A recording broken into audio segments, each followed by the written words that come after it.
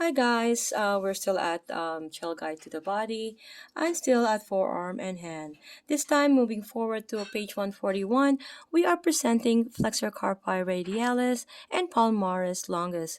Please look at the image here, which is presenting anterior view of the right forearm. We have highlighted here the Flexor Carpi Radialis and also here the Palmaris Longus. As you can see here, the flexor carpi ulnaris. We can also see the transfer fibers of the palmar aponeurosis.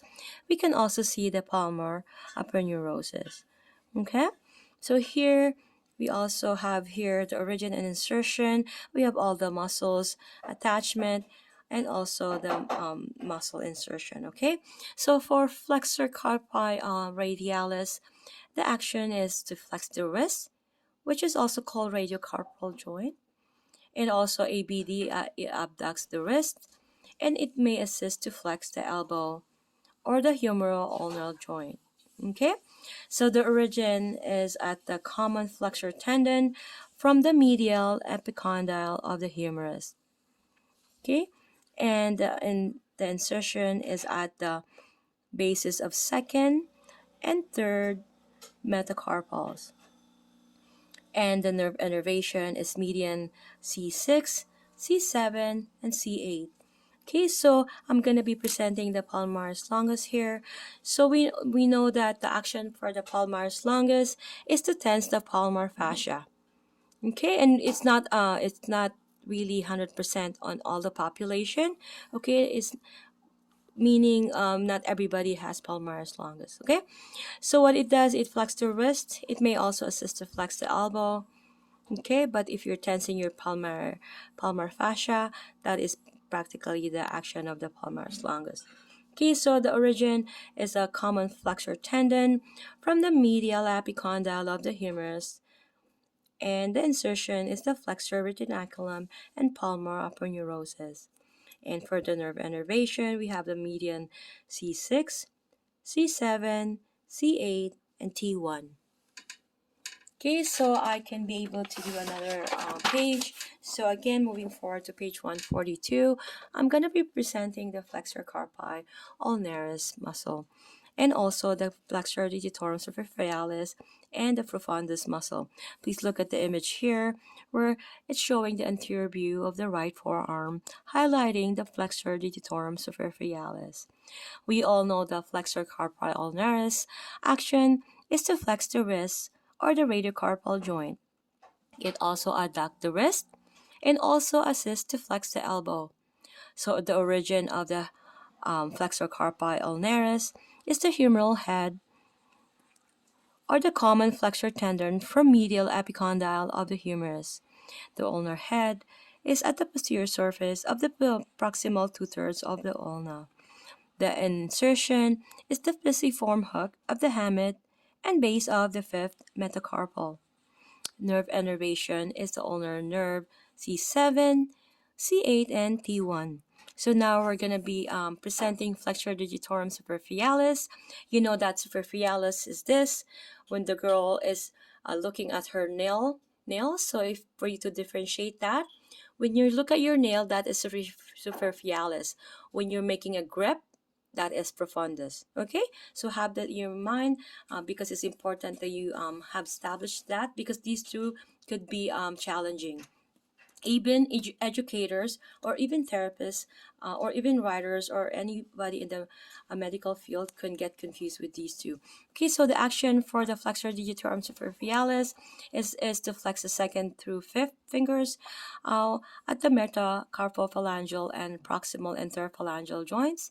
So it flexes the wrist at the radiocarpal joints, and the origin is again at the common flexor tendon from the medial epicondyle of the humerus.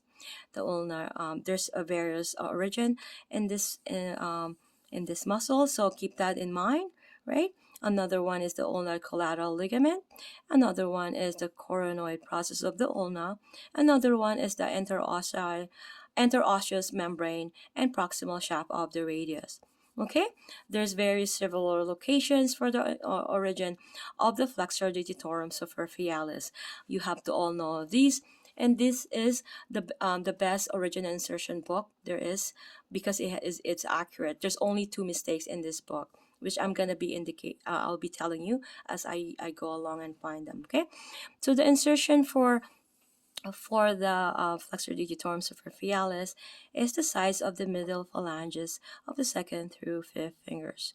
Nerve innervation is median C7, median nerve C8, and median nerve T1. Okay, now looking at the anterior view of the forearm at the image here, highlighting the flexor digitorum profundus.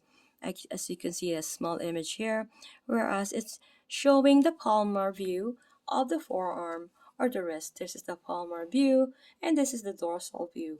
Okay, so again, flexor digitorum profundus, it does flex the second through fifth fingers, and also it assists to flex the wrist.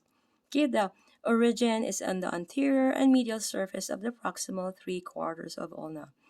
Insertion is the basis. Okay, keep that in mind. Basis of the distal phalanges or the palmar surfaces of the second through fifth fingers. As you can see, if you can differentiate these two images here, right?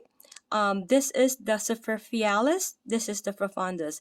You see, it's on the proximal, right? This one, it reach up to the distal, meaning you can curl the distal phalanges, right? So you can make a fist. Whereas the superficial, you can only just do that, like looking at your nails, like a woman looking at their nail polish, right? Right, so I have that established. And last but not the least, for the flexor digitorum profundus, the nerve innervation is the second and third fingers. For median nerve, C7, C8, and T1. For fourth and fifth fingers, keep that in mind. There's 2 innervation. Okay, I'm gonna I did I did a video, the differentiate between median nerve and ulnar nerve. Please watch that video. Okay, so this we have to establish this. Okay, that's why I put it for last. So second and third fingers is the median nerve, right? So second and third fingers, right? That's the median nerve. Okay, fourth and fifth fingers is the ulnar nerve. Okay, but keep in mind that's only half of the fourth finger, right, when it comes to nerves. So I'm not going to get into that because I already did a video with regards to that. Okay, so please watch that. So anything here is the lateral half will be median, right? Then anything medial half will be ulnar nerve. Okay, so I'll see you guys in the next video. Please watch my other video with regards to difference between the forearm nerves of the body. Okay.